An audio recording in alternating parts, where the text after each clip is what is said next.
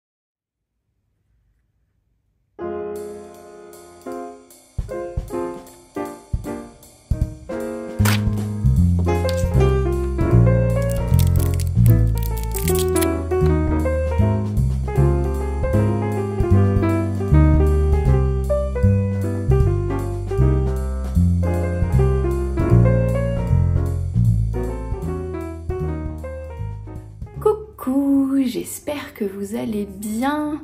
Merci infiniment d'être là aujourd'hui.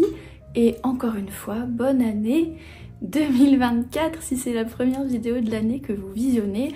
Moi personnellement, c'est le premier clip que je filme en ce début d'année. Donc je vous souhaite la bonne année avec grand plaisir. Nous sommes le 5 janvier. C'est un petit peu la partie de flottement après la fin des fêtes de fin d'année, juste avant la galette des rois, où on se remet en route petit à petit. Je suis rentrée chez moi hier soir. Du coup, c'est beaucoup de tâches domestiques qui m'attendent ce week-end, notamment pour ranger les décos de Noël et faire une sorte de ménage du nouvel an, se réapproprier un petit peu les pénates. Mais avant ça, j'ai rendez-vous à la poste pour récupérer un colis Je pense que c'est le calendrier lunaire 2024 que j'ai commandé chez Carolina Arevalo, qui est une de mes artistes préférées. Ça fait 3-4 ans maintenant que j'achète son calendrier lunaire chaque année. Donc je vais aller récupérer ça et je vais en profiter pour faire un petit créneau créatif reprise d'écriture au café, puisque cette année, on en reparlera dans des vidéos suivantes, mais cette année, je souhaite mettre en priorité mes routines, habitudes et activités créatives. Alors c'est parti!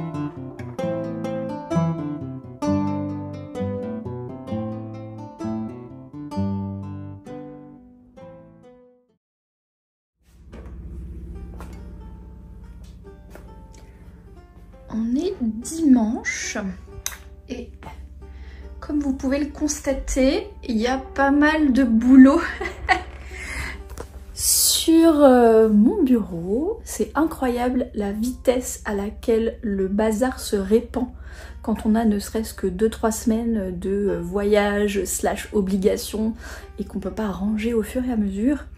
Là on est le 7 janvier, je reprends le travail demain et du coup je me suis dit ce serait pas mal pour la Florie du futur que mon espace de travail soit propre et rangé et quelque part qui m'accueille lundi matin lorsque je vais reprendre le boulot. Du coup la dernière tâche du week-end, du dimanche en pyjama, ça va être de ranger un petit peu ce bureau. Sachant que je reprends le travail vraiment par étapes. Cette année en fait, j'ai décidé que plutôt que de passer de 0 à 100 d'un coup, c'est-à-dire de repos total à travail total d'un coup, j'ai décidé d'y aller petit à petit. Donc déjà à mon retour le 4 janvier, c'est plutôt là 3 jours à la maison pour faire plutôt les tâches domestiques, ménagères, etc. Et la semaine prochaine, j'ai mis un message d'absence dans mes emails jusqu'au 10. Donc 8, 9, 10, ça va plutôt être 3 jours de reprise de travail petit à petit, sans email, sans interaction sociale, simplement moi, me réapproprier mon espace, reprendre les projets créatifs, faire un petit peu d'admin, il faut que je mette à jour mon site, il faut que je transfère la newsletter, Floriletter qui va s'appeler Note Sereine maintenant, il faut que je la transfère sur Substack, voilà, j'ai quelques petites choses de ce type-là à faire. Et puis jeudi, hop, le message d'absence des emails est terminé. Et là, je vais reprendre totalement les différentes facettes de mon travail. Je me suis dit que ce serait plus doux de faire comme ça. Mais d'abord, il faut donc ranger l'espace de travail. Voilà, voilà.